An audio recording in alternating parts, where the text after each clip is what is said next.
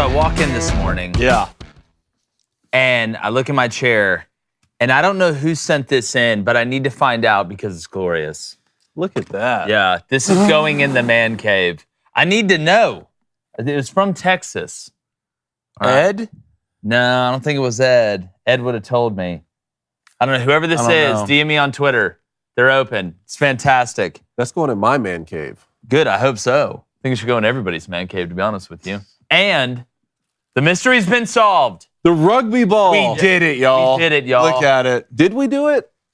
Or We did it. someone We else found do it. Did somebody We found send in it. another one? Is that the original rugby ball? I mean, who knows? Look, you're asking a lot of questions. who right knows? now. Like, look, do you want there's guys a in lot of you want guys in suits to show Did up at your somebody house? just check the mail? I don't know.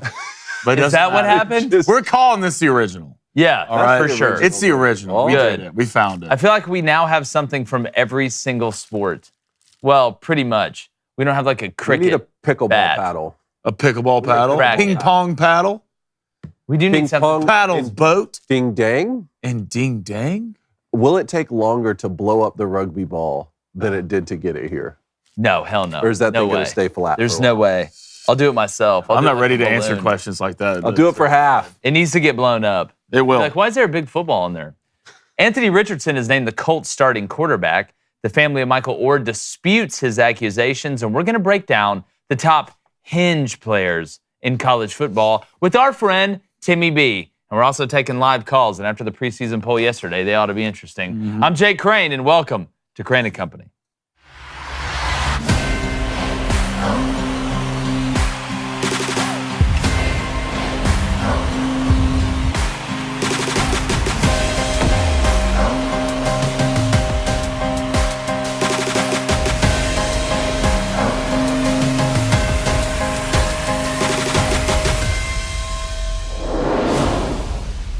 Now, what exactly is a Hinge player by definition? Well, a Hinge player is a certain player that has a good enough team around him that if he plays well, the team's good enough to do some serious damage, including the postseason. Now, 99% of the time, a Hinge player is a quarterback, and there are a bunch of them this year.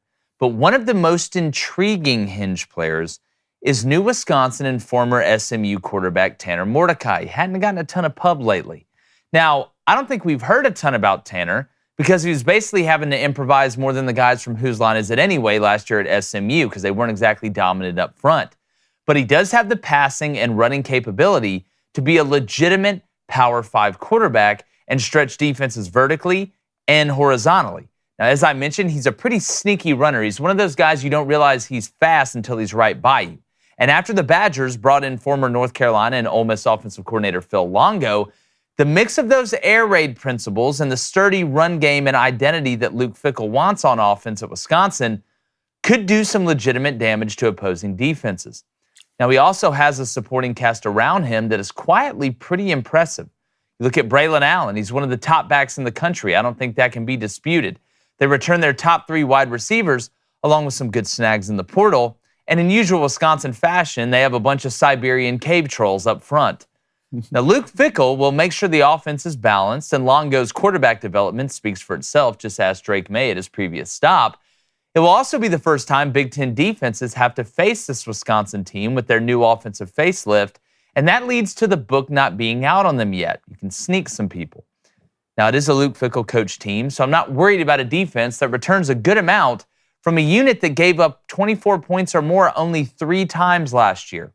Now, another big feather in the Badgers' cap is their schedule. Now, it's not easy. No Big Ten schedule ever is, but it is lighter than some others, and they are in the Big Ten West. Their toughest non-conference schedule game is very winnable at Washington State early, and out of the Big 3 in Michigan, Ohio State, and Penn State, they only play Ohio State, and it's at Camp Randall where they're going to be jumping around. Now, if they can handle business at Illinois and Minnesota, Wisconsin could legitimately be 10-2 or better going into a possible matchup against Michigan or Ohio State in the Big Ten championship game. And yes, maybe Penn State too. And that is why Tanner Mordecai is my most intriguing Hinge player to watch. David Cohn knows a little something or two about being a Big Ten quarterback, former Michigan QB, former Western State, Colorado wide receiver Blaine Crain. Guys, Hinge players, We made a list of about 6 or 7 yesterday as we were getting ready for the show. Who are you looking at right now as a upper echelon Hinge player going into this First year? of all, I like the Tanner Mordecai breakdown. I forgot that he did 3 years at Oklahoma as well under Lincoln Riley. Behind Kyler Murray, he was behind Jalen Hurts, and then behind Spencer Rattler. I mean, damn. I've heard of him. Yeah. And under the tutelage of Lincoln Riley, and then he goes to SMU, throws for over 7,000 yards in 2 seasons there. What a great job for Luke Fickell to take. Obviously, we've talked about the schedule, but still, a great roster, a great program. So let's see. I like the Tanner Mordecai pick. And 6-year senior. Right? Yeah. He's going to be a 6-year senior. I'm going to go with another 6-year senior to be my Hinge player. And we've talked about it a lot, but it's Joe Milton at Tennessee. And the reason that I'm going with this is because while there are some very serious Hinge players around the country, there are other programs, like Alabama and the Buckeyes, that I think they've stacked recruiting classes on top of each other well enough to be able to get away a little bit more with some shaky quarterback play, especially early in the season, the way that the schedules shake out. But with Tennessee, to me, if you're Josh Heupel and you're entering year 3, and you're at a program that has, like you said yesterday, been in the wilderness for over a decade and a half, really 2 decades in many respects, there's no time to be retreating. There's no time to go backwards, and you're coming off the tenure of Hendon Hooker, who was one of the best quarterbacks to play at Tennessee. Now, will they go 11-2? Like they did a season ago? I don't know if they'll do that. You do get Georgia at home. I don't know if the standard right now needs to be winning the SEC East, even though certainly Volunteers fans they're ready for that. That's the big moment. But if they could find a way with Joe Milton, who's 6'5", 245, a rocket of an arm, if they can figure out a way to control his accuracy and somehow win 10 games or more this season, it will be the first time Tennessee's had back-to-back 10-win seasons since 97-98. Wow. That was Peyton Manning in 97, and then the T. Martin National Championship year in 98. Just think about that. Yeah, and with Tennessee, too, I think obviously a lot of people focus, and they should be, you're exactly right, on Joe Milton, a guy that, if he turns it on, I mean, they get Georgia at home. You look at the schedule, Tennessee's schedule, it's really kind of interesting. You get Virginia at home. Tony Elliott coached Virginia at home week 1, which I think is a solid test for Joe Milton. To get off the right foot. You're not playing. You play. APSU week 2. Then you got at Florida week 3, and then UTSA sandwiched in between Florida and South Carolina. That's interesting. But I think one of the things too with Tennessee, David, and what makes that call so good is that everybody focuses on the warp drive offense that Josh Heupel runs, and it is interesting to look at and how they operate. But up front, I think, is where Tennessee has bridged that gap a little bit to be able to compete. And again, their run game should be good enough where if the passing game, if Joe Milton can just be accurate enough, and then defensively, they're good enough in the front 7 where, I mean, we could be looking at Tennessee down the road saying, hey, there's a shot, as crazy as it sounds, because there's a new guy in Athens, too, to maybe win the East. No, exactly. And I know Blaine's going to get to a couple of his Hinge players as well. But yeah, for Tennessee, for Joe Milton, to me, the reason it all hinges on him, you're talking about a team that could win the SEC. Like if he lives up to his potential, win the SEC, or you could be looking at 8 wins. Wouldn't be surprising at all if, we see some more inaccuracy problems or, down the stretch of the season, possibly even an injury or something. Joe Milton goes down. Will we see the 5-star quarterback come in and then you're having to rely on a younger guy? One correction here real quick. So the 2004 Tennessee team did win the Cotton Bowl, which would have gotten them to 10 wins after a 10-win 2003. So 2003, 2004, they did win 10 seasons, but not within the conference like they did in 97. Yeah, within the regular season, though, right? That stacks up. Mine's going to be Carson Beck for Georgia. And this is, just looking at this, it's really a forgetting Sarah Marshall situation to me. It's a forgetting Sarah Marshall situation. It's a surfboard pop-up situation. So we don't need you to try to make all the plays. All right? If you try sometime too hard, that leads to what? Leads to mistakes. Okay? But we don't need you to make none of the plays. Because if you do that, then you're just boogie boarding. All right? You got to know how to pop up at the right time. And we saw times with Kirby Smart, right? I get it now. We saw times with Kirby Smart. He tried to rein in Stequavius a couple of times, but that was tough to do. Stequavius? Yeah, Stequavius Bennett. Yeah, I mean, the above-average player. You know this. But because you look what you have on offense. I mean, best tight end in the nation, hands down. I mean, you have Haru, Lad McConkey. I mean, you couldn't touch him in a phone booth. You have 4 of your 5 offensive linemen returning. And a lot of people don't know this, but last year for Georgia's defense, there was a rebuilding year. Basically what it was. And you had Jalen Carter, like 5 guys. Yeah, it wasn't good enough. They're only supposed to win 7 games. So I'm really interested to see how Kirby manages Carson Beck. Is it, he needs to be really good at just doing the normal things. New OC in Georgia, kind of new, but still, the way the plays got called last year was the play action game was so good. And you're going to have the same thing this year with the offensive line you're returning. But how much do you let Carson Beck go? He's got experience. He's like 33. I get it. I get it. But how much does Kirby let him go? All right, don't make all the plays. We don't need you to make all the plays. Yeah. We need you to be good enough at being normal. That's all we need. They told me in high school. If you've never seen Forgetting Sarah Marshall, what Blaine's referring to is the scene where he's trying to learn how to serve. Paul Rudd's trying to teach him how to serve. Yeah. He's like, look, just do nothing. He's like, do nothing. And he's just laying there. He's like, well, you got to do more than that. Now you're just boogie board. That's a great point. I'll tell you another guy, and there's a lot of Big Ten flavor in my Hinge players. Is Drew Aller from Penn State. That's a good one. Yeah. He shows up. You look at that team. You look at that defense. You look at what they're returning up front. Penn State could be really dangerous. So, could Tyler Shuck be one from Texas Tech? I think the team around him is going to be good enough to maybe make some noise in the Big 12, and we've seen him, compete at a pretty high level. So in the chat, let us know, is there a Hinge player out there that you think the team around them is good enough to where if they come through and do what they're supposed to do, or just don't screw it up, as Blaine was saying, which, look, I get Georgia, it. I get it. Don't screw it up. Look, get in the Ferrari and listen, let's We'll win 7-0. We'll win. Look, if Georgia can score more than 21 points a game, they'll go undefeated. You're in trouble. Which that's a different situation than I think the Alabama quarterbacks are in, or 100%. Even Kyle McCord with the Buckeyes, right? Like, if you're playing for Ryan Day, you got to go out there and make plays. Now, he has all these weapons around him, but you have to go put up a lot of points. That's the Ohio team that we've come to know. And even on Alabama, even if they're better on the defensive side of the ball, which I think they will be, you're going to need solid quarterback play. Oh, for sure. And the way they're transitioning that system too, back to that, heavy personnel, bully ball, play action, boot, waggle, take our shots on 2nd and 5. Kind of the old A.J. McCarron style of offense is kind of the best. Which is what the new Georgia situation. Yeah, that's Georgia, right? About. That's exactly right. So just get the snap, number one. Just get the snap. So, let us know what Hinge players you have. And we are 4,000 away from 100,000. Hit that subscribe button. Hit that like button as well. We'd really appreciate it. We got 10 days until we kick this bad boy off. We want to hit that 100,000 mark right before college football kickoff. Would be a lot of fun. All right, let's get to the Booster Club before we get to 5 big questions. All right, Sister Riggs, she wants to know, do you consider Cam Rising a Hinge player, or is Utah going to win without him in weeks 1 to 3 if they need to? I think, a lot of it, the Hinge players are kind of unproven where they're at. Cam Rising's a proven commodity to me, The Dark Knight.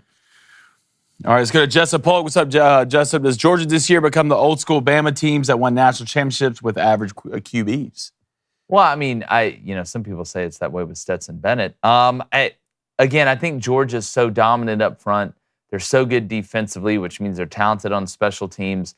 And that offensive line they return, it's hard to bet against Georgia, and the way they've done it is bully ball. That's whether it's Todd Monken, who's now with the Ravens, who's, a lot heavier zone run game than gap scheme run game. You're going to get some of the same flavor with Mike Bobo. I think you're going to get a little more gap scheme there at Georgia, which, if you got the offensive line, you can run gap scheme, you can run zone scheme, you can run etch-a-sketch scheme, and it's going to work. All right, let's get to 5. They're still all above average, though. Yeah. They're just not the reason necessarily their team's winning the way that Cam Newton. Without a doubt. Remember, we got call-ins today, too, before I forget. Yes. 1-855-236-3228. I'd go ahead and start calling in probably around 7:10 a.m. Central. And remember, if you donate in the chat, it gets read. All right, first of the 5 big, humongous questions is Anthony Richardson has been named the starting quarterback for the regular season for the Colts. To his surprise, he said he was even surprised by this. Gardner Minshew, his backup, said, I'm not surprised, though. This kid is going to be very special. Does Anthony Richardson start every game of the season for the Colts? I say take an injury out of it. If we're taking injury out of it, I think they are going to give him every opportunity to make the mistakes he has to make to see if he can get past it. You're going to have some plays with Anthony Richardson that you're wow. You're going to have some plays with Anthony Richardson where you're ow. But I do think when you look at his skill set, and sometimes the NFL, it It can be scary. You throw them into the fire. It can ruin them. Not going to argue that. We've seen it happen before. It happens more time than it doesn't. The amount of guys that are playing early, not having that redshirt year in the NFL, it's at an all-time high. But when you draft guys this high, I mean, you got to give them a chance to play, really. GMs, we talk about the life cycle of head coaches in college football. The life cycle of GMs have sped up too. So if you're going to take a chance on a guy like they did with Anthony Richardson and draft him on potential, then you need to get him in there and see what he can do. So I think he's going to make mistakes, but I think they will give him every opportunity and he'll show enough flashes. It's going to come down to the run game. Let's make no mistake. Is Jonathan Taylor and that offensive line going to come through this year? One of the highest paid offensive lines in football. If they protect him, I don't know. I like Anthony Richardson, man. I think it was a smart move by the Colts. And typically I like to play it on the safer side with quarterbacks and what you would hope would be a sturdy run game. So yeah, I'm going to say yes. I mean, when you look at what they have behind them, I don't think they're bad pieces. They're good backups, but if you're going to put them in, we don't live in the day of age anymore where guys come out of college and sit behind a guy for 3 or 4 years.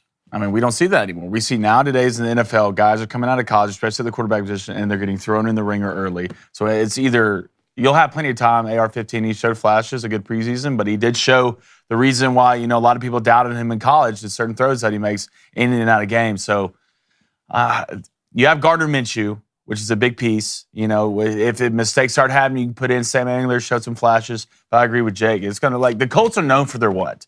Their run game. That's 2 years ago, best in the league. Last year, a disaster. So without that, any NFL team, any NFL quarterback is going to struggle. If anybody can get that needs the most preseason snaps, it's Anthony Richardson. Sure. Without a doubt. Mm-hmm. That's what it was built for. Yep. I agree. Let's stay with NFL quarterbacks. I saw this stat yesterday, blew me away. Trey Lance, his pass attempts through the years here, 99 pass attempts in high school, 318 pass attempts in college, 72 pass attempts in the NFL preseason, and 102 in the NFL regular season. All combined, that's fewer than Geno Smith had last year with the Seahawks. Wow. Is Trey Lance going to be the guy for any NFL team in his career? No, I think he'll end up, if he wants to play quarterback, he's going to end up in the USFL. Here's where I'm at. I always laugh when we hear people make fun of different systems. Oh, well, this guy's in the air raid. That is not going to translate to the NFL. Or this guy's in Tennessee's system or whatever. But nobody ever talks about North Dakota State's system. They run the ball pretty. They're so dominant up front. It's like early Bama with Nick Saban. And Blaine was just talking about it. You don't have to have a guy in there that's Dan Marino or Drew Brees or throw it around the yard when you're just able to push people around. Every time I watch Trey Lance in the pocket, it's like a nervous girl taking her driving test for the first time. That's what it looks like to me. Like he's just not comfortable, or a nervous kid in general.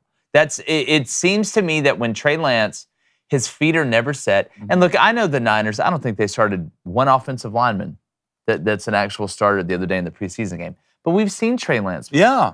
And at the end of the day, if you look at the picks that the Niners could have, and I am not sitting here questioning the Niners roster. They've done as good a job as anybody. Brock Purdy's about to save them. When you look at who they passed on to get Trey Lance, when you go down that list of names, you better thank God for Brock Purdy being able to come out from Iowa State and, not gamble his way into trouble and be able to be the guy. We'll see him coming off injury. But Trey Lance, just at this point, you hate to give up on a guy. And you look at those numbers and it's eye-opening, but I don't think he's an NFL quarterback. You're either going to have to switch positions or go play for the Generals, man, or the Stallions. It stood out to me because I played for a high school team that ran the ball a lot, right? Yeah. You get a lot of passing attempts. I could have gone to the private school and thrown it every other play, or gone to the public school and played against high-level competition. And, so I was looking at this thinking man, how many pass attempts does this guy need to truly start to feel comfortable like you're talking about? But it's clear it's not working, right? I mean, no. What, third overall? Oh, yeah. And they gave up traded 3 first-rounders to get them. It makes more sense if you read these stats about Brock Purdy, right? And he was the last pick in the NFL draft, and the team just gave him a shot off potential. That's a little bit different to me. Totally get it. Right? But third overall? Did the kitchen sink to get him. The worst thing that happened to Trey Lance was Brock Purdy. So, I mean, it's the worst thing because Brock came in and diced defenses. And Brock wasn't doing anything crazy. I mean, look, Kyle Shanahan's one of the best in the business to call plays on offense. It's not even close. Trey Lance through even the season when he got hurt, the games he played, progressionally he's not getting better. His feet are frantic in the pocket. He's always running from ghosts in the pocket because it feels like he's not. He plays like a high school quarterback. Yeah, and when the NFL, it shows. Brock Purdy is going to be the guy. He's the trouble. He's the fat kid from Trouble with the Curve that can't hit the curveball. And every time I watch Trey Lance, I think about oh boy, the agent who played Shaggy on Scooby-Doo, who's like, yeah, this guy's, we got to take him number 1 overall. Can't hit a curveball. An Asian played Shaggy on Scooby-Doo? No, not the pitcher. The guy who in Scream, who's not the main bad guy, but he's the he's in Summer Catch. Matthew, he's in Without a Paddle. Yes, Matthew Without a Paddle. Okay, yeah. No, yeah. Cone's talking about the pitcher that comes in at the end. I'm talking about the fat kid that can't hit the curveball. Matthew Lillard. I had no idea what his name was. I just see him in every movie. It's Damien's brother. Yeah. All right, what else we got? All right, next one up. There have been calls for the team in Washington to change their name back to the Redskins, boys. A group called the Native American Guardians Association. Interesting because the Cleveland team changed their name too. Seriously, the Native American Guardians Association, NAGA, is demanding the Washington Commanders change their name back to the Redskins, organizing support for the name reversal with a petition that has gained more than 90,000 signatures. They said, we invite all Americans to stand up for the dignity of every American under the assault of today's increasingly nonsensical culture wars. As the NFL franchise representing the nation's capital, you have a distinct opportunity to recognize the history and value of the American Indian. Didn't I say this in the state of New York? You did call in the state of New York, when they said we have to get rid of all indigenous names in high schools, I said the second it happens, there's going to be a petition that says, why are there no indigenous mascots in high schools? South Park episode, man. You got to change it. Change it back. I hope they change it back because it makes it a lot easier on me. You know how many times when we're betting, I'm like, all right, I'm going to take the Redskins. I'm just calling the Redskins. I always have. And the Indians. It's never changed with me. And the Indians. Change it back to Redskins. You hadn't even changed. It's never, look, it's Redskins, Indians. I think they should change all the mascots in the NFL to the indigenous tribes. Just out of respect. Yeah, look, I'm a Braves fan. That is true. Look, they didn't, it's amazing. They didn't touch the Braves. Yeah, you want to see a riot? Yeah. Yeah, don't touch them right now. Yeah. Not to Tom. Don't even look at them. Not to Tom. Don't even look at them. They're literally the evil clowns off Slugfest right now. Only Guardians I know are in the galaxy, bud. Yeah. It's Chris Pratt. Hashtag so will Star-Lord. it get changed back? Yeah. It'll get changed back? I think it will. Okay. Hey, believe. Yeah. Believe. They flipped the script on them.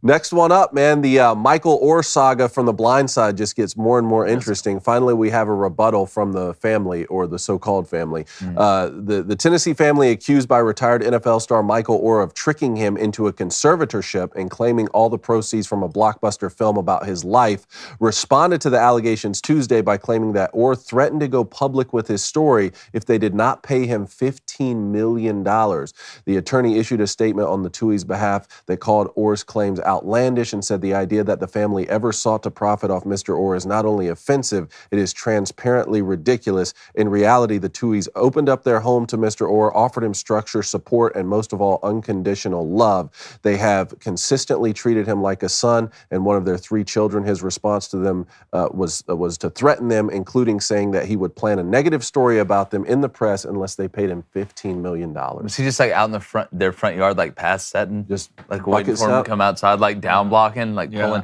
I think 2 things can be true at once. I need to get clarification. Did he just release a book? Or was this book already That's released? what someone shared with us on Twitter. Yeah. I need to know the timing of the release of the book. Because I think timing is everything. I think it's like a Disney movie. You got to follow the bouncing balls with the words at the bottom. Okay. I do think 2 things can be true at once. Number one, they did offer him structure and help him get to the point where he could get drafted to make millions of dollars in the NFL, right? That's true, okay? I don't think you can sit here and dispute that. He didn't dispute that. Hell, they made a movie about it. Regardless if it's 100% accurate, he was okay with the movie. And number 2, he should have made money off the movie.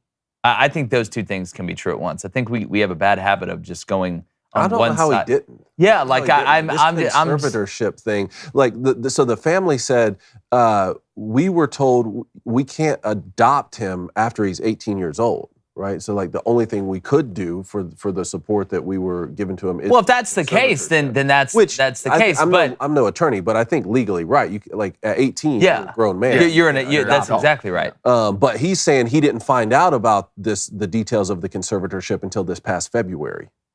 like, where you been, dog? Like, well, but my thing is, I don't care if I was 12. If they're like, hey, Jake, we're going to make a movie about your life, I want some money for that. But could tell you I wanted money for that. You're going to make a movie about me as a 12-year-old. Well, I invented an engine that runs on water or something like that. Or like I'm in My Girl 2. Wow. Or something like that. You're saving the world. Yeah, that's you want guys to You'll wake up dead. I don't want them to do it again. They're probably the ones who sent the picture. Yeah, it's just so weird this is happening now. It is weird. It's like a little late, bud. Like, you know? Yeah. Like even with little the Blink late. 182. Like, look, you better get Tim McGraw on the phone and tell his son to hold on to the ball. All right? That's a whole different football. I know, but still. Now we're asking. Oh, my God. Now we're asking. Right when a movie gets brought up about my life, I'm like, well, cool. Here's my lawyer. Here's my bank account. Yeah, and here's my bank account. You want to write a check or you want to do this wired? So send me the script, 50%. Let's do it. Look, I don't need the script. Script reads me. All right? That's what it is. All right, Robert Downey Jr. All right, last one here. Novak Djokovic is going to be on U.S. soil for the first time since 2021. He's playing the U.S. Open. He won the Australian Open. He won the French Open.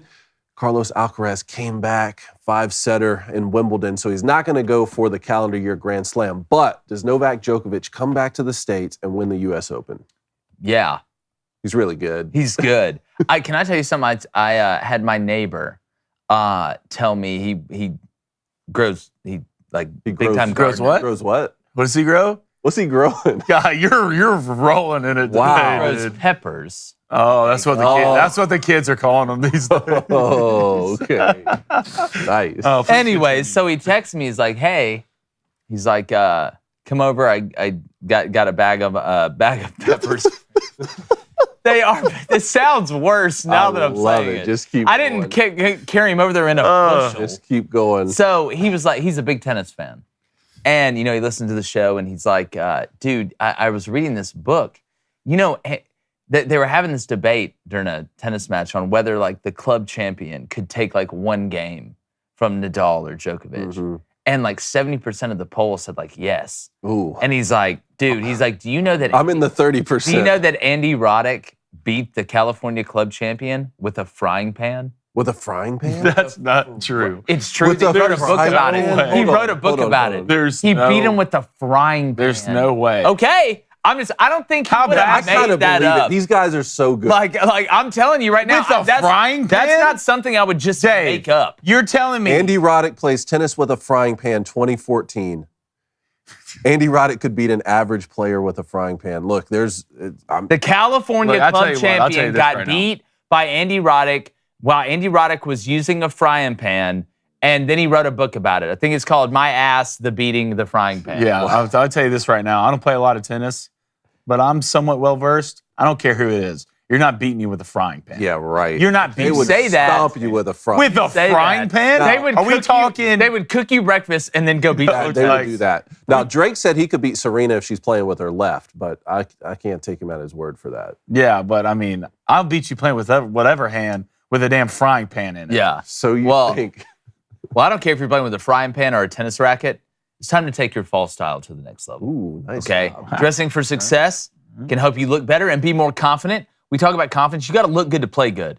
All right? And our friends over at Indochino, they can have you looking real good, real quick. Look on your screen. How about that? Different colors, different flavors. It's a delicious situation. So whether you're attending an important meeting or networking event, or you simply want to impress your colleagues, our friends at Indochino have everything you need. Business casual, dress shirts, camp shirts, and even blazers. You want to go look good at the tailgate? Yeah. Maybe you're trying to impress that girl that just got into Ki-O or something? Well, guess what? Hit up Indochino. What are you laughing at, or what are you making giggles at? Nothing, dude. Yeah. Nothing. It's not just shirts, Blaine. They have high-end suits at affordable prices. Now you can look great at every event. David, you ordered a suit. Tell us. Yeah, look great I in got it. the gray suit, and I love it, and it fits great. But now I'm wondering, why didn't I get this cool salmon one that I'm seeing up here on the screen? Is that what that color is, salmon?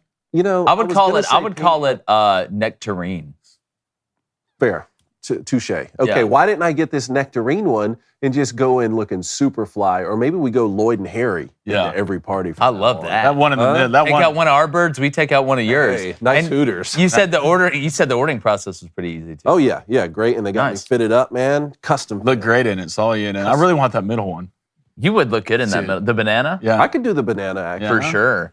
Add fresh layers to your fall style with Indochino. That's INDOCHINO.com and use our code BOOSTER to get 10% off any purchase $399 or more, which it's totally worth it. If you want to look good, that's INDOCHINO.com. Promo code BOOSTER, BOOSTER. And while you're looking for clothes, make sure you grab some of our awesome merch, okay? Go to Real Daily Wire, go to Originals. You'll find it. We're almost sold out. We got the Win the Water Cooler shirts. We got the Booster Club shirts. And should I go and tell them about the sweepstakes? Should I go and tell them about sweepstakes? Tell them about the sweepstakes. All right. Tell them about the gun line ball. All right. Here we go. You can enter our sweepstakes for a chance to be the 10th and final person in our second annual Daily Wire Fantasy Football League of Champions and be a part of the live draft. That's right. With Shapiro, the whole gang. You can be in a fantasy football group with all of us. But you have to like and subscribe to our YouTube channel.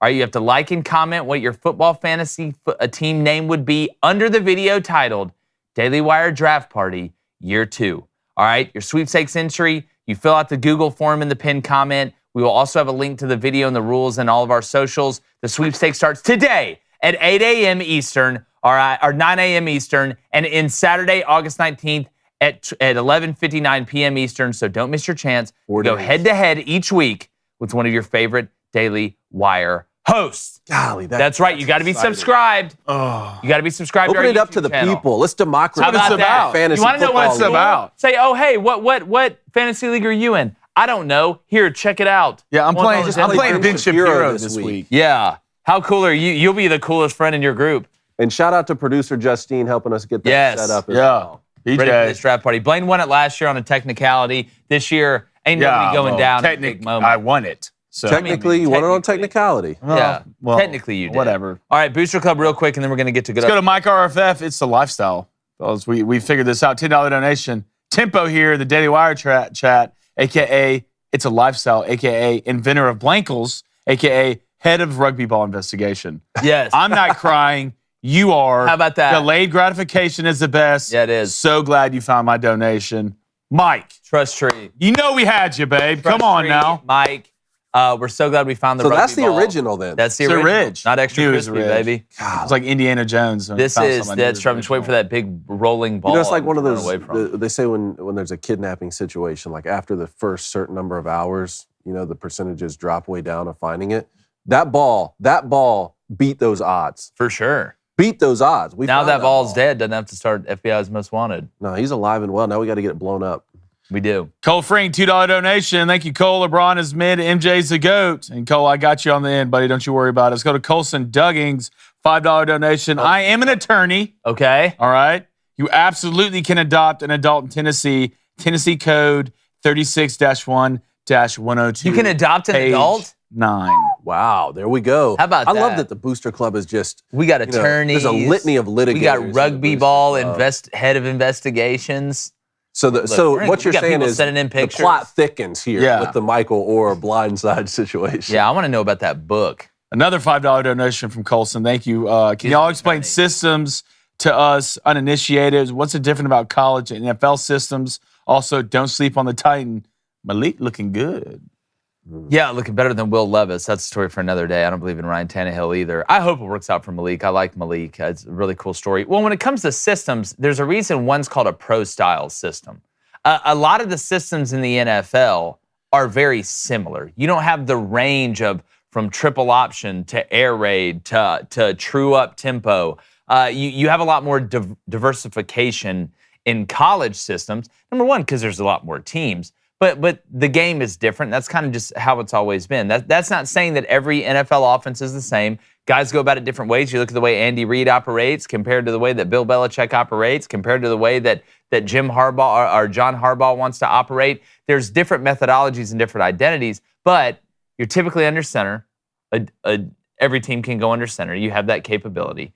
You typically group the personnel somewhat similarly. It's just the range and the spectrum of how many different types of offensive and defensive, I think you could say to a certain extent. You don't see a lot of 3-3-5, really any in the NFL outside of third down situations, get a lot of 3 down. But it's the amount of different type of systems you have and the tempos at which you go. It is crazy how the college game is not lining up under center anymore. No. That really is just taking me by surprise. But 30 years from now, they'll all be running triple option. Oh, yeah. We're running the triple, which the RPO, this run pass option, is a triple option. It is. Just with a vertical threat. It has the P in it. And now you see the NFL taking aspects of that for their league as you get more playmakers who can do things spatially. Remember we had Chad Henne on here talking about what makes Patrick Mahomes so special with the Chiefs, and he was talking about how they're just spacing the field so well these days. So, I don't know how many more quarterbacks you'll see play at an elite level that are true drop-back passers like a Tom Brady or a Peyton Manning type. For sure.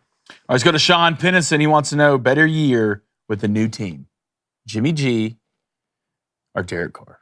I love that question. Give me Derek Carr. Derek Carr all day. Give me Derek Carr. I tell you what, I like what I'm smelling from New Orleans right now, which typically doesn't happen. Unless it's they wash Unless it's the gumbo. Yeah, gumbo big gay. I'm talking about like Bourbon Street till they wash it off in the morning. They don't wash it. Smells better. They don't wash it. The gods. I'll take Derek Carr though. Who throws more interceptions this year, Anthony Richardson or Jake's favorite quarterback, Dak Prescott? First off, just a disclaimer, it's your first time hearing it. I'm not a huge Dak Prescott fan. What? I think Anthony Richardson throws more interceptions. Yes, and that would mean, Dak Prescott's going to be the guy, right? So, there's probably, double-digit interception for him. Maybe 10. I don't know. Well, he did come out and say that he's definitely not going to throw more than 10 interceptions. Okay, so 11. So you can bet your $1,000. So Anthony Richardson, if he plays every game and is the guy and is healthy, then I'll take the rookie. Dak's going to have more attempts than Anthony will, just by default and the way both those offenses operate. All right, let's go to Chris Walson. Good one.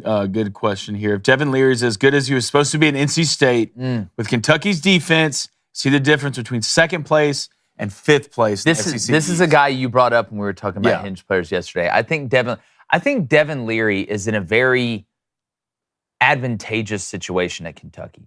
Kentucky last year wasn't typical Mark Stoops on the offensive line. Right, the physicality was missing a little bit. They're going to have a top 15, top 20 defense. You can go ahead and mark that down every year at Kentucky. But Devin Leary, all we were hearing about when he was at NC State last year, NC State could be a playoff team. Devin Leary, absolutely 100% legitimate Heisman contender. They were beat up. He went through some things. He's at a new spot at Kentucky. You're not hearing the same pub. All we hear in the East is Georgia and Tennessee, Spencer Rattler and South Carolina. Hell, they're even talking about Vandy with expectations and getting to a bowl. I think he's in kind of a sneaky spot where Kentucky, I'm telling you, if it doesn't work out with Tennessee at quarterback, with what you were talking about, and South Carolina doesn't punch above their weight on the offensive line and the defensive line, because I got a lot of serious questions about South Carolina in the line of scrimmage. Kentucky could finish second in the East. Look, I agree with you, and that's what Tim Brando came on here and said he has Kentucky finishing second in the East. Here's my problem with it, and I've told you guys, Devin Leary throws the prettiest ball in the country. It is fun to look. There's more to playing quarterback than just throwing a great spiral, but he does throw the prettiest ball in the country. Two things. One, it's not like he was coming from a bad team, right, where he just had to get out of a situation. NC State had players last year. They underperformed last season. And he's also not coming into a situation where the only missing piece was quarterback. Will Levis was, one of the top players in the NFL draft. That's why I'm having a little bit more reservations about it. But I am excited about it. He's a great quarterback. He's coming into a good system. Mark Stoops, obviously a great coach. So let's see if Kentucky can punch above their weight. Without a doubt. All right, we're going to get back to the Booster Club. Remember, we got call-ins. I would go ahead and get ready to start calling in at 1-855-236-3228, especially after we released the preseason top 25 yesterday, which there was a total rational and normal human response to that on social media. Yeah. So Coney, let's go ahead and get off my lawn. Okay. We got Timmy B coming in here and coming in hot, about 7 or 8 minutes, and we're going to open it up for calls. But it's Wednesday. Come on, baby. Cone's 100 years old. Deep down, we know he's an old soul. He's basically Clint Eastwood from Gran Torino. So every Wednesday, he has somebody get off his lawn. Cone, who's G'ing off your L in front of your parents and everybody this week? Rolling Stone's reaction to Oliver Anthony's new song needs to get off my lawn. Oh, sing it, girl. A week ago, relatively unknown musician and former factory worker Oliver Anthony from Farmville, Virginia, had his new song, Rich Men North of Richmond, posted on YouTube by Radio West Virginia. And in the 7 days since its release, the tune has soared to #1 on iTunes, #9 on Spotify, and has racked up over 12 million views on the original post. I've written many songs, so this story is particularly inspiring, and I'm so proud of this young man, not for the supernova success, that part was out of his control, but for taking the initiative to create something from nothing and for staying true to himself in the process. Now, this should be one of the few stories that is collectively applauded. Guy gets sober, picks up a guitar, writes a song, and lives out the American dream. Instead, mainstream media outlets such as Rolling Stone and The Independent condemned Oliver and his song, with headlines such as viral, right-wing anthem branded offensive. Even Wikipedia stated the song's lyrics revolve around common right-wing talking points such as child trafficking. Perhaps you need to rewind that and hear it again. We've reached a point in our society where we can't even universally agree that trafficking children is bad. We've reached a point where song lyrics about inflation are more controversial than lyrics about genitalia. Anthony's song rants about greed and injustice and alienation caused by government. Wasn't that the entire ethos of the beatnik folk era? Is there not a Hall of Fame band called Rage Against the Machine? But if it's an authentic blue-collar kid from Appalachia who reads a Bible verse before his set, he's chastised. Oliver, didn't you get the memo, brother? You're supposed to dance on Satan's lap if you want their approval. No, this is not a right-wing song or a left-wing song. It's an American song. And I hope you keep singing it, Oliver, because America is listening. Nice, dude. I can't get over the... Let's go. Great song. Yeah, did somebody say Beatnik Foles? Beatnik folk? Oh, it's the type of music? Well, yeah, the whole folk movement out of Greenwich Village in the 60s, the quote-unquote hippie movement, I thought was railing against injustice and overarching government. Is that not the lyrics to his song? No, look, I think it's a great song. I tweeted this out. You know, I was like, look, it's my new favorite find. I do want to say, though, speaking of Rage Against the Machine, I think Taking Back Sunday just did a house party, too. I thought I saw that on social media, which is pretty dope. Did y'all like their music, Rage Against the Machine? Oh, yeah, dude. You used to listen to it for a football game. I have no idea. I have no idea what song. You know what? You've heard of them, though, right? You'd probably have to like... Rage Against the Machine? I think I've heard that before, yeah. Like, either way, the point still stands. There's a band called Rage Against the Machine that just got inducted into the Rock and Roll Hall of Fame. Like, all of his lyrics are talking about raging against the machine, and he's just dismissed by the most popular music magazine in the history of music, Rolling Stone. Like, what are we talking about here? It's a trick. It's a trick. All right, I do want to say this before we get Timmy B on here. One of our favorites, we love all our sponsors. They're like children. We love them equally. But I got to tell you, Good Ranchers, guys, I know we get on here and we gas up a lot of, and it's true, all right? We know how hot it is in Nashville, all right? We know how bad inflation is. They got the price lock guarantee over there at Good Ranchers. They got the new pork box, which is fantastic. But what my wife has done with the chicken, dude, we had peach preserved barbecue chicken in the crock pot. We had chicken parmesan she made in the crock pot. And last night, she made what was called, for lack of a better term, cracked chicken. Cracked chicken? Yes. Okay, it's chicken breast from Good Ranchers. You don't have to explain. I'll try it. Yeah. Cream cheese, okay? The ranch powder that you turn into the dip. It's got bacon in it, jalapeno. You put it in the crock pot, and you just let it just turn into magma or whatever happens in the crock pot. And I ate it last night, and it is just... Then she made me start bench cut. Literally sitting at... She made you start bench cut? She made me start bench cut. Why? Barbecue chicken, cracked chicken, and chicken parmesan. I don't know. And I told her it's not fair and I don't want to do it. And then she said, yes, you are. And you know what? You know what I said? I had to choose. And what I know it started. Let me guess what did he start? Chicken parm. No. You started the cracked chicken. Out. I started barbecue chicken. Disgraceful. Yeah, the peach preserved barbecue chicken, I benched the chicken parm, and I had to cut the cracked chicken. I had to cut crack out. I tell you what. You're a quitter. Yeah. Yeah, well, I'm telling you guys, they're the only meat company that locks in your price. They got a price lock guarantee. And when you subscribe to Good Ranchers, you get that guaranteed price and a trusted 100% American source for your favorite cuts. That's beef, chicken, pork. Lock in that price today. Visit goodranchers.com. Use our code BOOSTER, BOOSTER, for $30 off any box. get the Butcher's Box or the New Pork Box, which you got, David. I can't wait to hear about. It's on its way. That's promo code BOOSTER, BOOSTER, at goodranchers.com. Goodranchers.com, American meat delivered. We got Timmy B coming on here in a minute, but let's get to the Club De La Booster. Let's go to Jacob O'Brien with a $5 donation. Jacob, thank you. He says, how much will Sam Hartman shine knowing he has a better offensive line? Wake Forest offensive line was ranked 74th in 2022, and Notre Dame was ranked 11th. Hashtag Hinge playoff. Don't sleep on Wake Forest's the wide receiver group they had last year too. I watched A.T. Perry. Speaking of the Saints, look really good. The 6th round pick they had. I really enjoyed watching Wake Forest receiver group. Sam Hartman, he's a guy we've been really high on. What I think you're going to see, and Blaine, you brought up this point. I'm interested to see him outside of that slow mesh system that we saw at Wake Forest, where you'd snap the ball, he'd have that slow mesh. Basically, an RPO is what it was. He had the ability to hand it off, that delayed read a little bit. But I think you're going to get more of a true pro style, play action, 12 personnel. Marcus Freeman wants to be a physical team. They want to get downhill at Notre Dame. They want to be heavy in the run, run to pass, kind of the old school, Nick Saban line of thinking, which he's trying to get back to. We see a lot at Georgia. I think Sam Hartman's phenomenal. I think Sam Hartman's going to be a really good NFL quarterback. I think his game really translates.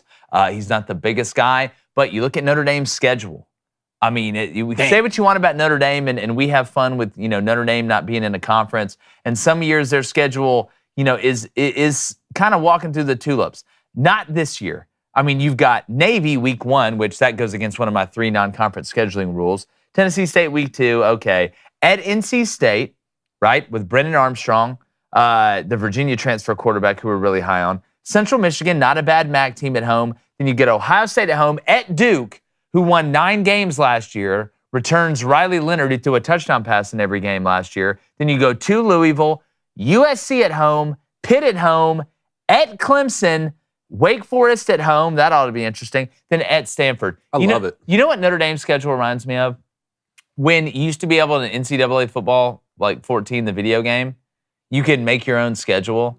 That's basically be independent. That's what Notre Dame. I love it. Like, if you would just schedule like the high-ranked. Sam Hartman's about the ball. You're not the all-time touchdown leader in the ACC, for without a doubt. Yeah. Well, speaking about an all-time leader, we have one of our all-time favorite leaders, fresh off the course, getting ready for week 1 because I don't think week 0 is a thing. Our buddy Tim Brando, Timmy B. What is up, my friend? Well, it may not be a thing, but try to watch week 0, will you? Because Spencer and I are on. Oh, I'm going to watch it. I'm going to watch it. I'm going to watch it angrily as I eat my barbecue chicken. Yeah, I'm with you. I don't like the week 0 thing either. Why don't we just make it, hey, it's a big deal. Let's make it a national holiday. College football is starting. Whatever it is. You have my vote. You 100% have my vote for that. I want to ask you, we just got a question about Sam Hartman and Notre Dame. When you look at Marcus Freeman, got his feet wet last year. I know that they were up and down a little bit. You lose that game against Marshall. You had some spots where you did look good. You go look at the Clemson game. Well, what do you kind of expect from Sam Hartman and Notre Dame this year? Do you expect them to take the next step when you got to go to Clemson? You got to go to Duke, which I can't believe, we're not even talking about basketball. You've got at NC State, then Ohio State at home. And USC at home. This isn't a walk through the tulips. No, but I think that what it gives them is an opportunity to get more vertical in their passing game. In the past, their best receivers were their big guys, their tight ends. Going back to 2019 when I last had Notre Dame. They won 10 games that year. The quarterback was, an undrafted free agent, as it turned out. He was good. It was a good college quarterback, but not Hartman. But they do have the ability. They've got some talent at wide receiver now, and I think that Hartman is really just what the doctor ordered. I see the potential of Notre Dame upsetting Ohio State early. I don't think that's crazy at all. And now the momentum of that, what's it going to do, is going to be interesting. And also, Freeman will have to, because of the quick strike ability, the explosive, dynamic play ability that I think Hartman brings you in the passing game. How does his defense react when they've got to be on the field a little bit more, play a few more downs? It'll be a bit of a transition because I think they become more of a quick strike offense with him. than without him. So they're an interesting study. I very nearly jettisoned them in my preseason top 10, which, by the way, I took the liberty of pointing out yesterday when, after seeing both the coaches poll and now the AP predictable, boring top 25 that they put out, I took the liberty of using your graphic from my last visit to say, now this, so do you think any real thought went into this poll? Because all these polls are starting grids based on recruiting and based on returning lettermen, not taking into account schedules whatsoever. Because if you did take into account schedules at all, you wouldn't have Alabama and LSU right there together. You wouldn't have Michigan and Ohio State right there together. It's like there's no thought process in terms of how a season's going to play out. Whereas, you can say that there's pitfalls with mine. You may not like my Tulane choice or my K-State choice at 7, but at least I'm giving some thought to it. Look at sandwich games. Look at where these games are going to be played. I actually think, Ohio State could win the national title. They could, but they might not beat Notre Dame at Notre Dame. It's all going to come down to Michigan and Ohio State, regardless of what happens with Notre Dame, as it relates to which one of those teams out of the Big Ten is going to make the 14 playoff. Yeah, and Timmy B, I will say that's one of the reasons I kind of like your methodology of when you release, your teams, you're saying what's going to happen at the end of the year. Like with us, we release our preseason top 25. Those are really the top 25 teams the way we see them stack up. Kind of, because we're going to make our individual predictions next week. So, Monday we're going to start with ACC and go forward. That's why I do like that. The methodology, the way you do it, preseason polls basically are pointless. But I did want to point out with ours, we if we were predicting where they were going to end up, then I think obviously schedule matters a ton more. But if I'm going to sit here and I'm with you, ours was very different than what came out and. Look, it's fun. It's a great talking point. But look, LSU does play Florida State week 1. We had LSU 3, FSU 4. There's going to be one loss. Obviously, there you can't tie in college football. Well, that makes more sense than LSU 3 and Alabama 4. Yeah. For sure. Alabama 3. Yeah, without a doubt. You know what I mean? Without a doubt. Yeah. Yeah, but that's why I like your methodology better. What was your? I want to ask you, what was your biggest problem? And we can say between both, because they're basically the same thing. All they did was switch Alabama and Ohio State. Look at it. Look how crazy this is, really. Same number 1, same number 2. You just switch 3 and 4, same number 5, same number 6, same number 7, same number 8, same number 9. You switch 10 and 11. It's the same poll. It's like the same thing. It's the same picture, The Office. Right. Yeah. And then here's the rhetoric that you hear as the season gets going. The committee will say, we don't even look at that. The hell you don't. Yeah. Who doesn't look at it? The networks, we're guilty too. We play along with this game. We have for years. We build the Texas-Alabama game as this vaunted battle between number whatever and number whatever. We promote our games based on where teams are ranked in the preseason and where they're ranked from week to week until the committee does start weighing in, in late October, early November, and they'll tell you that, these ratings don't matter. The hell they don't. They do matter. And that's my problem with it. They're really effectively starting grids for brand names. Like, you're never going to see Utah ranked ahead of USC in a preseason poll. And yet they owned USC last year and they beat them the year before that. Yeah. You won't see in most polls, not all, but you won't see LSU ranked ahead of Alabama in most polls because, Alabama's Alabama. They sell more preseason magazines in Alabama than they do in Louisiana. It's the same thing. Texas will always be preseason ranked ahead of whoever I believe will win the Big 12. It could be Baylor. It could be TCU. It could be Kansas State.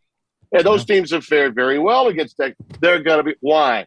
Brand names. And that's why with the 4-team format and the CFP, it actually – I think it did more harm than it did good to college football because all the 4-team playoff did was prove how exclusivity and branding matters all the more in college football. And the condescending nature of even those that cover the sport, not just the fans, but those that cover the sport, is that, well, this is the way, they look better in warmups than the other team does. We're going to rank them higher. That stuff's got to stop. I mean, it just does. And it'll only stop when we go to a 12-team, thankfully, 12-team playoff the following year. Only one group of 5 team in each poll, too, Dave. Yeah. Let's expand just pathetic. Just pathetic. That is so pathetic.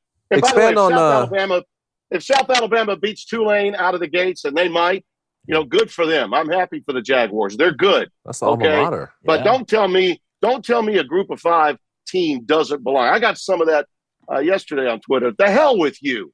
Those guys put on their jockstrap just like everybody else. And Tulane earned the right with the returning people they've got and the schedule they played. And they're going to get Ole Miss. We'll find out when they go on the road to Oxford if they've got what I think they've got. Go ahead. I'm sorry, David. No, I'm sitting up. Love it, Timmy. Come on, lame, but I got middle of the week. Let's get over the hump here. I love it. Yeah, love you. Keep it going here with Utah. I mean, back-to-back Pac-12 champions. Returned so much on both sides of the ball, including their quarterback Cam Rising. Same coach. Ranked 14 here. Two Pac-12 teams ranked ahead of them, 8 spots behind USC and 4 spots behind Washington. Forget the poll for a minute because we know how you feel about that. But is Utah your favorite to repeat or three-peat as conference champions in the Pac-12? No, I like Oregon. I think Oregon is better than Utah this year. Now, if I'm wrong, it'll be because Utah proves me wrong, and I think they are the champions then, because there's no doubt that I would favor them in a matchup against USC again. I mean, and again, and again, and again. Why is USC where they are? I mean, why? Because they're USC. That's it. Oregon's got, I think, an improving defense. They got the AC Earl of college football, Bo Nix, returning for his 12th season, I think, in college football at quarterback. I mean, I love what they do offensively. Now, they lost their offensive coordinator, the young fellow that's gone to Arizona State, and he's great. Billy, he's awesome. He did a great job at Auburn, as you guys know. He will be Lanning knows what he's doing. I was very impressed. The mistakes that Oregon makes and some of the games that they dropped recently since he's gotten there have been a byproduct of aggression on his part. But he's got chutzpah to him. Lanning he's a get it done kind of young coach who understands the history of the game. I think the time spent with Kirby and the way Georgia put together that program has really served him well. And I think it shows. I think it really shows up here. And I think it'll prove beyond a shadow of a doubt, what the additions of, DeBoer's job at Washington, Lanning's job at Oregon, those are quality teams now that the Big Ten picked up to raise the bar. And this is another thing that I wanted to shut down since you guys got me in the mood, fired me up a little bit. When I hear this from these SEC elitists, okay, well, let's just talk about how they've got a big league. Yeah, and it's geographically, it's national, but there are a lot of bad teams in the Big Ten. Really? Okay. Well, let's go to Rutgers. We'll start there. Rutgers is the first. And listen, Schiano's second act has not been what the first act has been. It's a little bit different when you're in that league versus what the old Big East used to be. But, it's not easy to go on the road against anybody in that league. Mm-hmm. You're going to tell me Wisconsin is an easy out? You're going to tell me Purdue now is an easy out after what Braum did to build that program up? And Walters is going to do a great job. He was a shining star as a defensive coach for Brett Bielema of Illinois. I think Illinois is going to be a breakthrough team. They were a year ago. I think they continue that momentum this year. I'm sick and tired of hearing the good old boy network. Well, we're the SEC. We got nothing in the Big Ten. The hell they don't have nothing. They got plenty in the Big Ten. And Michigan and Ohio State will have to earn being in that position in November because, the Michigan schedule non-conference sucks out loud, no more so than Georgia's does. But when you go on the road in the Big Ten, it's not easy, and it's going to get a hell of a lot harder now with those 4 teams out of the West Coast that are making their move into the Big Ten. So, just bag some of that old, tired, fatigued conversation from down south. It's a joke. I remember we went on the road at Michigan and played Illinois at night in Champaign with the Juice Williams years, and we barely won by like cold. 3 or something like that. Juice was cold. My offensive coordinator looked at me and said, "Hey, if you win by 1 point in this league, be thankful and get on the bus." Hell yeah. Yeah, I don't know if a league will benefit more from getting rid of divisions than the Big Ten. Like, just because the West and the East is so lopsided, and we've seen that with different conferences, but now there's going to be no divisions. I think it's going to be – it helps out Penn State more than anybody, in my opinion, when you look at what the absolute murderers row in the Big Ten East. Well, think about this, though, fellas. Now with those additions of Oregon and Washington, it'll be interesting to see if Commissioner Petitti doesn't review the process with the divisions. And let me tell you why. I think that in that league right now, particularly with the travel issues that we have with the 4 teams on the West Coast, Pacific Northwest, and now the City of Angels being involved, I know they're going to probably do it with the non-revenue producing sports. And I'm not sure how I feel about it. I'm not in that business. I'm not in the business of scheduling. I'd love to be a fly on the wall when they start doing that kind of thing. I know they had in mind when they did their most recent schedule, before they knew about Oregon and Washington, that they wanted to make sure everybody played everybody over a 2-year period somewhere, which I get. But now it'll be interesting to see if they stay with that. In that league, they may, and they may because everybody else is going away from divisions too. But I think that the likelihood of maybe going back to divisions could possibly be there. And think about this: if you're trying to get into a playoff with 12 teams or later with 16 teams, and you've got these trophy games, the Floyd of Rosedale, the battle for the axe, which in the past years, David, that game is a game that Spencer and I've done.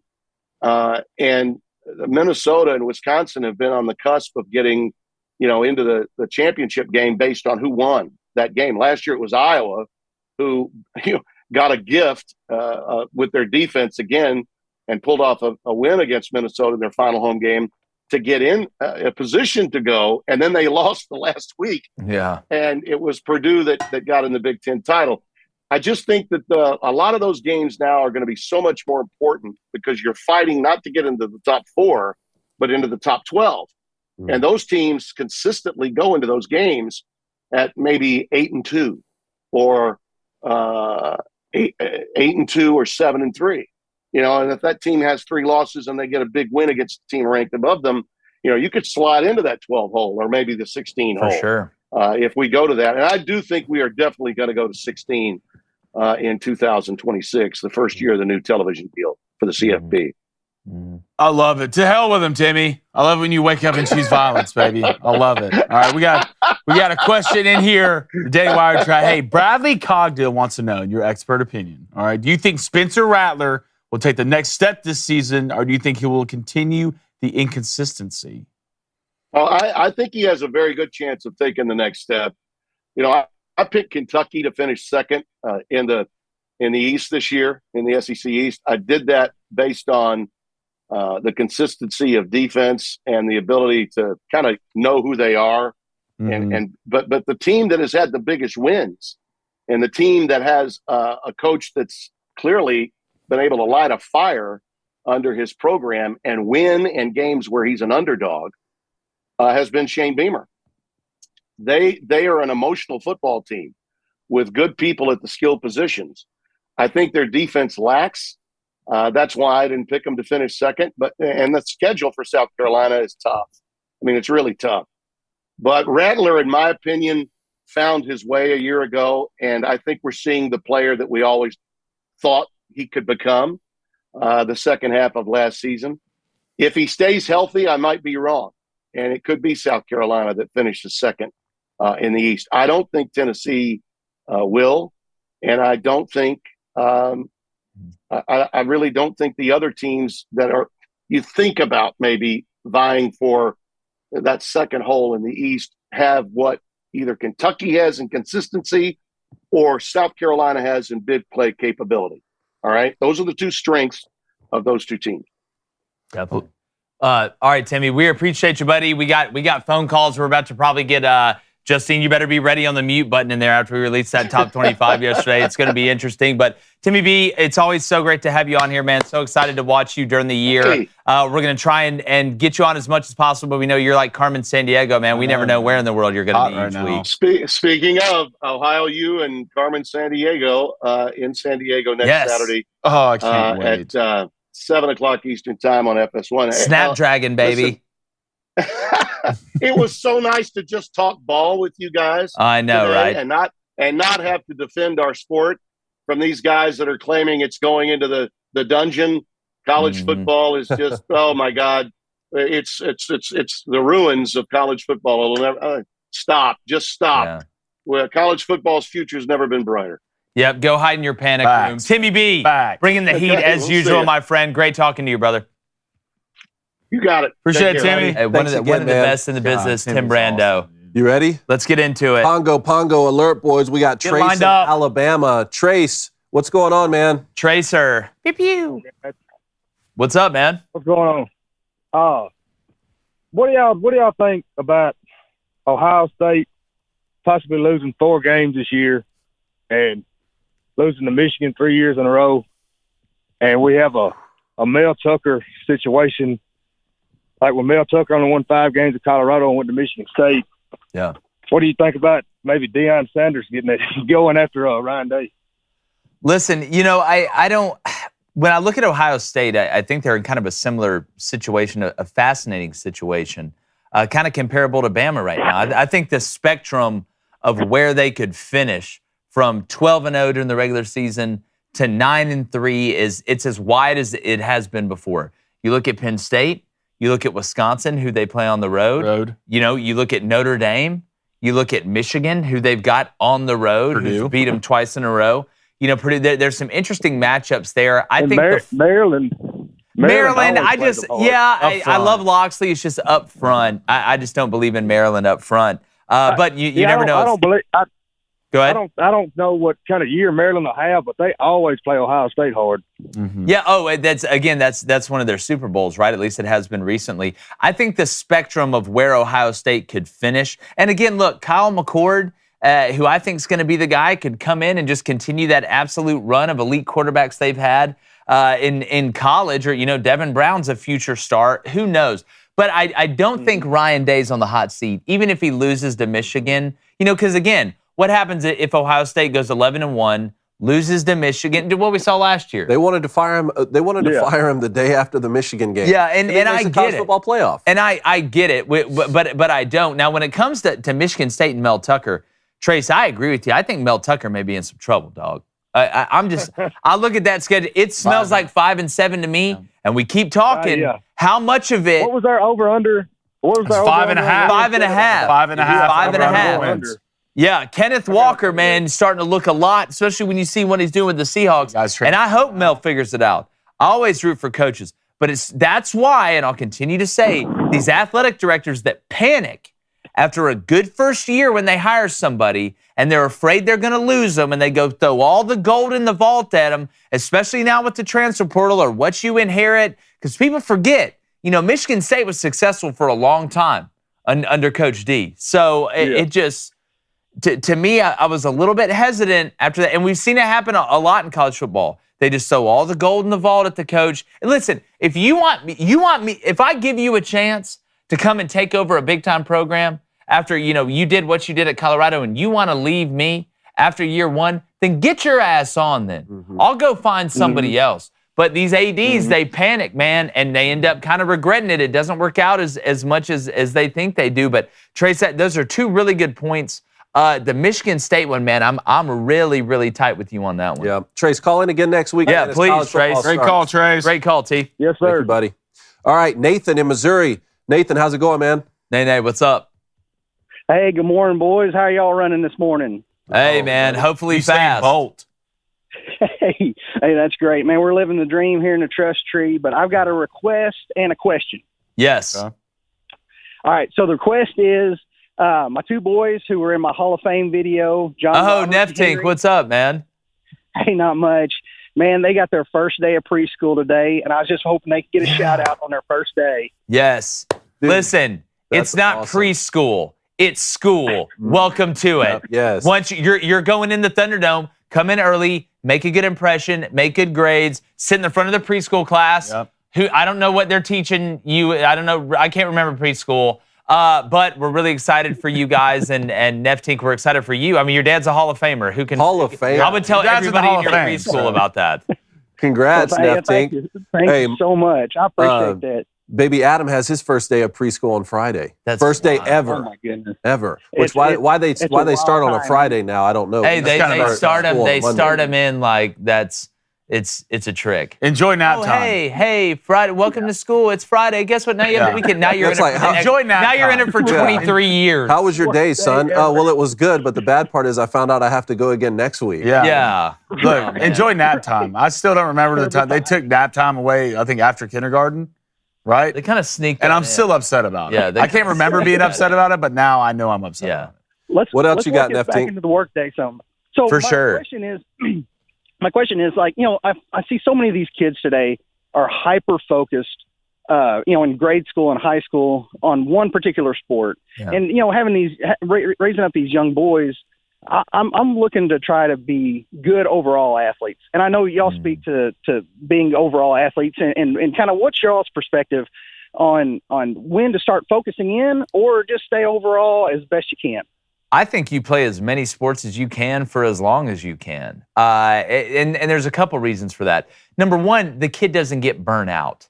That's one thing that I saw a lot in baseball. Some of these fathers and mothers, all of a sudden the kid turns 11 years old, 12 years old, starts playing travel ball. Well, he doesn't play anything else. All he does is play baseball year round, which is awful for his arm. He gets tired of it by the time he gets as a junior or senior in high school, when it should be the most fun. I've seen that a million times. And playing multiple sports, it works different parts of your body. It makes you a better athlete. It's almost like, that's what I say the most beneficial sport is track and field, because if you do all the events, you're working every muscle in your body, but you work different muscles in basketball, you work different muscles in football, you work different muscles in baseball, and it makes you a better athlete. So I say play as many sports for as long as you can. I actually agree, and that's what I did growing up. I played as many as possible, and it's that year-round, year-round something to do that sort of keeps you out of trouble, keeps you motivated, all that. Now, there is a case to be made, especially with like golf and tennis. You heard the stories of Rafael Nadal's uncle putting a tennis racket in his hand, and he had to choose at age 5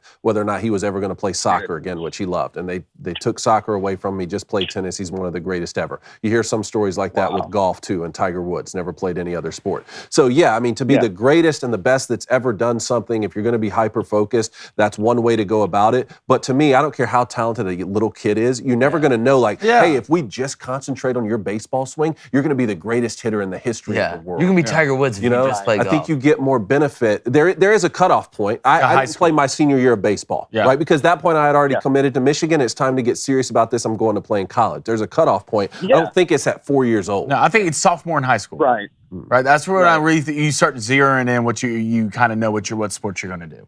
I think that's what it is. I agree. Only thing I would say, just don't play golf during baseball season. Well, I would say probably that average year is sophomore year in high school. I think it's different for everybody. It's again, if I had the ability to play high-level basketball, high-level baseball, high-level football, what you end up running into most of the time is obviously basketball interfering with football. Right? Because baseball's played at an opposite time of year. But I would say probably the average that people have to start cutting is sophomore year. Some 6th graders know it's time to stop playing football. Look, football's not for me. Yeah. Whatever. Early with football. Sure. Yeah, very true. But Love it, Neftink, man, appreciate it, buddy. Congrats on the Hall of Fame, Congrats, you man. Hall of Famer. We're going to play that video Thank Friday, y'all so I promise. much. Oh, sweet. That'd be great, man. You guys have a great rest of your week, and we'll see you. All right, now. All right, buddy. See ya. All right, we got another Pongo situation here with Chase in California. Chase, what's going on? Chase, what's up, man? What's going on, guys? How you doing today? Good, Bubba. 10 days away from God's gift. Yes, sir. 10 days. I was just calling to ask you guys, there's been a lot of talk about the Big 12 and how it seems like it could be, I don't know if a mixed bag is the right word for it this year, but that's kind of where I'm at with it. I wanted to know, though, what your guys' thoughts were as far as Oklahoma, Texas right now. Yeah. When you guys look at that game right now, what do you guys what do you guys see? Man, I'm going to take the home team. No, I'm just kidding. When I look at that game, I got to lean Texas. Right now, I do think what Brent's done on defense, and I've said this, I feel like every day on the show leading up to it, they just didn't have the players defensively last year, had a bunch of injuries offensively. You got a new coach, first-time head coach. I think I'm leaning Texas right now. We're going to have our predictions next week on the Big 12. I believe we may be doing that on Tuesday. I got to go back and look at the schedule. I know we're doing ACC Monday. Yeah. But I will say, I think in every day. But oh, yeah, well, that's why they call you the chosen one, Chase. But when I look at Oklahoma and Texas, I think there's a legitimate chance that those two teams in the regular season could combine for 20 wins. I really think there's. I don't think you're wrong. I think Texas has a better team. Oklahoma has a better schedule. Yeah. In 49-0 last year, Oklahoma lost to Texas. No way. That's not. No, it won't be like that again. If you're talking about a team that wants to beat their rival this season, no, it's going to be a lot. I tell you what, you're going to be able to, when that game comes on, turn the volume up and close your eyes, and the physicality in that game is going to be a lot higher this year. The way the pads are popping that game is going to be a lot higher and a lot harder this year than it was last year. I can guarantee. I'm really interested to see the spread in this game. Man, I don't know if you guys saw the video of Danny Stutzman after practice yesterday. Yeah. Yeah, he had a literal gash coming down his nose. That's a Brent Venables defense. Ooh, must be. I love that Stutzman. Same thing that you guys just said. Like, you don't want Crimson and Cream running at you on defense this year. No, like Brent's going to get them right. They just got to have guys that are athletic and fast enough to do it, and he's done that. I agree. So then I guess I want to ask you guys this, I'm curious. What do you guys think is more likely going into the end of the year? Because I'm like you guys, I kind of see Texas as half of the Big 12 champion favorite, or at least the game to be there. Mm-hmm. What do you think is more likely, an Oklahoma-Texas Big 12 championship or a Texas-Kansas State Big 12 championship? Man, I need to look at like Kansas State too, but Oklahoma. They lost half that production on defense. That's the only thing that worries me with K-State. Love Will Howard. I love the Ward kid, the All-ACC honorable mention kid at running back they got from Florida State. They're going to be good on the offensive line. What's their schedule? I'm looking at I got it pulled up right now. SEMO week 1, Troy week 2, you're at Mizzou week 3, UCF at home, then you're at Oak State, you're at Texas Tech, TCU at home, Houston at home. You go to Texas, Baylor at home, then you're at Kansas, and you finish the year with Iowa State at home. So they don't play Oklahoma. That's the reason I picked those two teams really as kind of a thing, too, is because Oklahoma and Kansas State don't play each other on this schedule. I would lean Kansas State right now, but I do think it's tight because I'm looking at that at Texas Tech. You guys were. That at Kansas game isn't just a let's shake hands and smile and be friends anymore. Jalen Daniels has the Jayhawks moving now. Dude, I love Leopold. I love Leopold, what he's doing over there. I think him and Mike Elko and Willie Fritz, I mean, that Jed Fish from Arizona is another one that I think are really, really underrated coaches. But, man, Chase, great call, man. Great call, Chase. Call in Friday. You guys. Appreciate it, buddy. Of course, bro. I will do that, and I will be watching for the predictions on Tuesday. Good. Call in next week, man. All right, let's get to Mike in Colorado. Mike, how's it going? Good. Good morning. How are you guys? Mike, how's it going, buddy?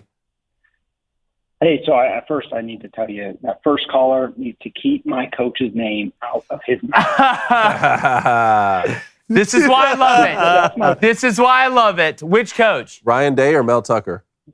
Coach Prime. Coach Prime. Asking about should they move on Coach Prime after one season in Colorado. And so that's my question for you guys. Go ahead. Urban Meyer was out in Colorado last week, said he sees a good football team. Everybody that has a program that's coming into trouble says, well, why don't we go get Coach Prime after this year? Everybody says Coach Prime's going to be out of Colorado in 2 years. So how on the one hand do we say Colorado's going to have a terrible year, but on the other hand, we're hyping up what this guy can do and what we're going to see? Mike, it's a great question. I know off the cuff that sounds contradictory, right? That doesn't make sense. But I think there's a couple things you have to look at. Number one, Colorado's coming off a year in which they won one game, right? It was an absolute abject disaster. So when you can win 3 games, Mel Tucker, speaking of, just got the Michigan State job after winning, 5 games in Colorado? One season. If Deion Sanders wins with this schedule, even with, because they brought in a ton of talent to skill position. I love Shadur. I love Travis Hunter. Some of the guys, I love the coordinator hires that he made, bringing in old dude from Kent State. I think that was Toledo.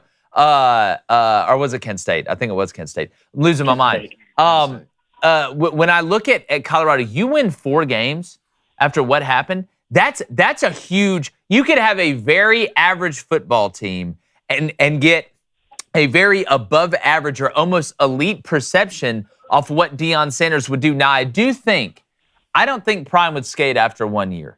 I don't. As much as we hear Prime goes in there and talks to those kids, get your Louis bag, this, that, and the other, I do think Prime has more loyalty than what people give him credit for. I do believe that. But I think Colorado could win. I mean, you win 3 games, you triple your win total from the year before. I mean, how many coaches out there are going to triple their win total from the year before? Maybe not 3, maybe not even 4. So I do see a way to thread the needle where Colorado can have an average team. I didn't say terrible. They can have an average team and Prime be the hottest chick at the bar. I do think he could leave after 1 season, given the right circumstances.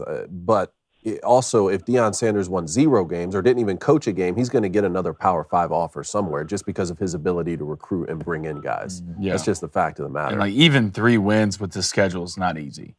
Like their schedule is somewhat brutal. Well, it's up front's going to be the problem for Colorado. That's going to be the problem. Your most likely wins, you're looking at Colorado State, Arizona State, Stanford, and Arizona. What about non-conference? Nebraska in there too. Yeah, I mean, you got Nebraska. Which one of the big dogs do they get at home? Like, could you sneak? USC at home. Okay. Nebraska's at home.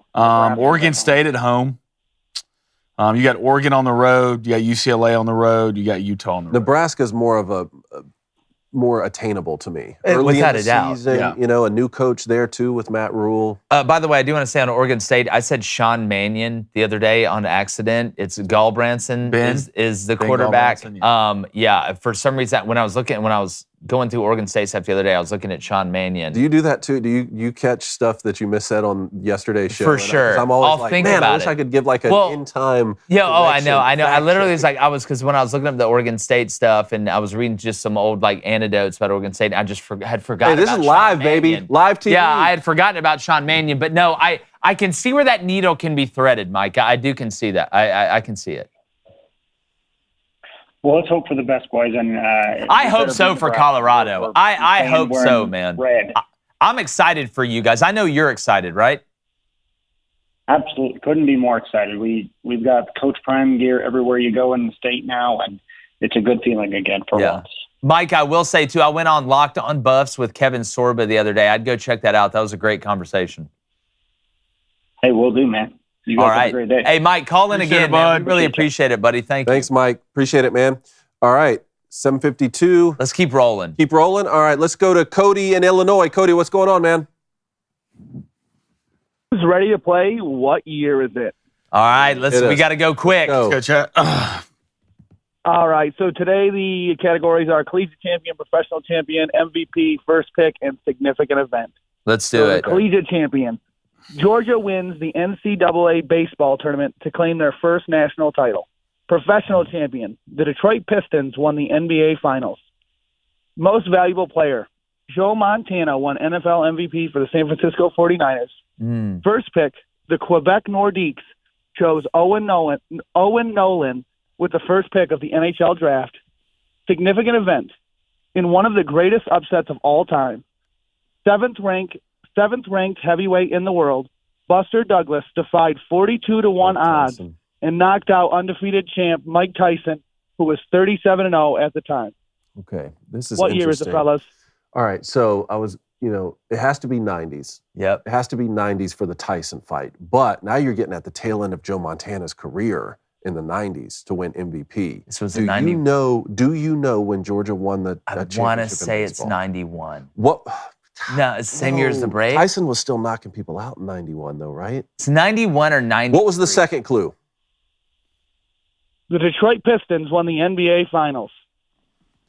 Okay. God, it smells That's like helpful 93. because, hold on, no, because Jordan won 93 through 96. Jordan right? won 91, 92, 93. Rockets won. Is it 1990?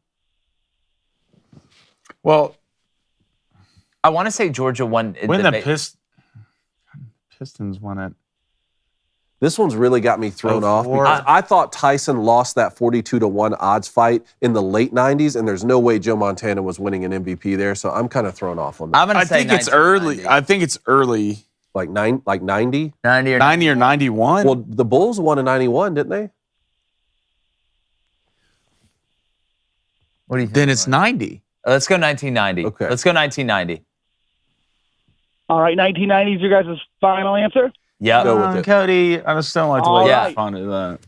It is 1990. Yes, sir. That's what we do. All right. Trivia and crab cakes. See, what Nashville does. I love that. Cody, thanks, buddy. Hey, Friday, you got to let us know. Michigan State, right? All right, you got it. Oh, yeah. No. Big game. Penn State. Big game. Penn State. Penn State. Got We already got Paul by Bunyan. I'm sorry. We already got Paul I'm Bunyan. sorry. He's here. I'm sorry. Thank you, Cody. All right, 30 seconds. We got one more. All right, one more. Kirk in Canada, you have 30 Skyhook, seconds. Kirky. 30 seconds. Skyhook Kirk. call, Kirk. Hey, boys, 30 seconds. We're going to get right to the point. I am going to talk college football. Can you even believe it? Oh, Oh, yes, love we it. converted. I love this. God, I love a good convert. Here, drink this I'm Kool-Aid. telling you, you guys can turn a Canadian NHL fan into a college football fan. You guys got a good show, I'm telling you. Yeah, right now. thank you, Thank man. you, Wait till you Kirk. try our bacon, too. With maple syrup. I'm not a big. I'd like NHL is my favorite. NFL is my second favorite. I'm listening. I'm walking I'm over. really busy. I'm usually busy on Saturdays. Every Saturday, I do street evangelism with my church since like 2007. Good for Awesome. So I you. don't watch a lot of games. But I did choose a team back in 2014. The first question's easy. The second one might be a little trickier. I looked at a picture. There were 3 running backs. One of them was Todd Gurley. The other one was Nick Chubb. So which team? No. Georgia. Which team did? Georgia, baby. That'd be a good. And- That's a great side to be on right now, Kirk. I'm not gonna lie. And who was that third running back? There was Sony. Sony Michelle? Sony Michelle. Tony Michelle. Yeah. When I see a team got those 3 running backs, I said they got a future right there. Yeah. Good call on that one, Go bud. Georgia. They stay with a good running back, Three. man. 3 feet coming up, boys. All right. Wow. We'll see, Kirky. We'll 3 see. I feet love from it. For a Kirk. second, I thought Kirk said he did street vandalism with his guy. I was like, whoa. We that don't, was like we a don't van- talk about that. Yeah. I We don't was like talk kind of like the Peppers. You wanna Kirk. talk about that? And one last thing real quick. I had a dream last night about what's going to be in my merch pack that you guys are going to mail me next October. 12 and a half. Lock it 12 in. and a half, Hey, Kirk, Kirk, it's that $50 I know we American don't got a lot of $50, time, by but- the way. Kirk, I know we don't have a lot of time, but I'm making my $50 mission. American. We didn't agree on $50 American. I knew you were going to send us a red bill, dog. It's always, yeah. We don't want red bills over here. Don't want any. You know what? I'd rather have 10 bags of ketchup chips. Not than trying a to keep up with the $50 Canadian bill. exchange rates right now, you know? Got enough going on. No, it'll be. I'm not worried. I'm not worried. Definitely. Thanks, well, Kirk. Kirk. Thanks, buddy. All right. Remember Skyhook. Keep killing Dylan- it, boys. Dylan and everybody else on the line, y'all call in Friday, all right? Friday, just say Pongo like we did today. We'll move you to the front of the line. I'm so shocked we didn't have anybody cuss us out about the top 25. I can't believe it. All right, here's what we got. Yesterday, great day. Nobody's talking about it. We're all getting ready to bet football. Back on tomorrow. Give me the Astros, Verlander. Anybody who can go home and sleep next to Kate Upton, I'm believing in. Give me the Astros money line minus 130. Then Rangers, Pods, Blake Snell, right? Snail face on the mound. Those Rangers strikes. just absolutely in fuego right now. Together in a money line parlay plus 142. Are we all caught up? Yeah. We're caught up on bets? Yep. Well, you Ace talking about behind? together? Ace looks like he's short bets, huh? Yeah, Ace may be short too. And he went 2-0 yesterday. Yes, he did. I had to hear about it all night. Yeah. Phillies, Jays, Nerfy, no runs in the first inning, minus 120. Orioles, Padres, and Nerfy, minus 110. That's what I want. All right, I'm going to stick to the blueprint. All right, give me the Rays. Money line, minus 120. Give me the Rangers. Oh, you liking the Rangers? Minus 1.5. Look, I've taken them half the month. I've taken them and the Rays more than half the month. It's a smart play. Them, the Braves, and the Rays. Yeah, like You know if you like the it's Rays? at this You know what point. you're called if you like the Rays? A racist. All right. Yeah. Well, I'm not. Oh. I'm a Yankees fan, so I Yeah, think they it'll be- dropped I to wouldn't say that out 500. loud right now. They dropped to 500. Good. I read for the Keep first the dark 5 cloud. since- What was it? 95. Yeah. Hey, I Keep the dark cloud over the this late in stadium. the season, I think. Yeah, Yeah, keep it over there they until I get an apologize to Wayne. apology. If you want to see the sunlight again, you know what you have to do. Yeah. Like, it could be a tweet. It could be a 10-second video, but you come out and apologize for you CNN-ing me on this show. Gary Sheffield Jr. could help out too. Just send a message. Come to on, Brian Chef. Cashman. Ace, he's going to go Astros, Marlins, Nerfy, -120. And then he's also going to take the Rangers on the money line, not on the run line, on the money line at -195. Let's keep the momentum going, boys. All right, Blanye, quickly. Quickly, Charles Dossett, $5 donation. Blaine is mid. David is the GOAT. Good morning for California, America. That is all. Oh, wait. Blaine is still mid. Good. Charles, you happy? Huh? You happy? You happy with yourself, bud? Gonna come cry to me later Charles, about your donation? All right. Poll. Should the Colts start Anthony Richardson? Yes, Ooh. 64%. I don't know on this one, man. You're saying yes, what? 64. Yes, 63%. I don't know on this one. Yes.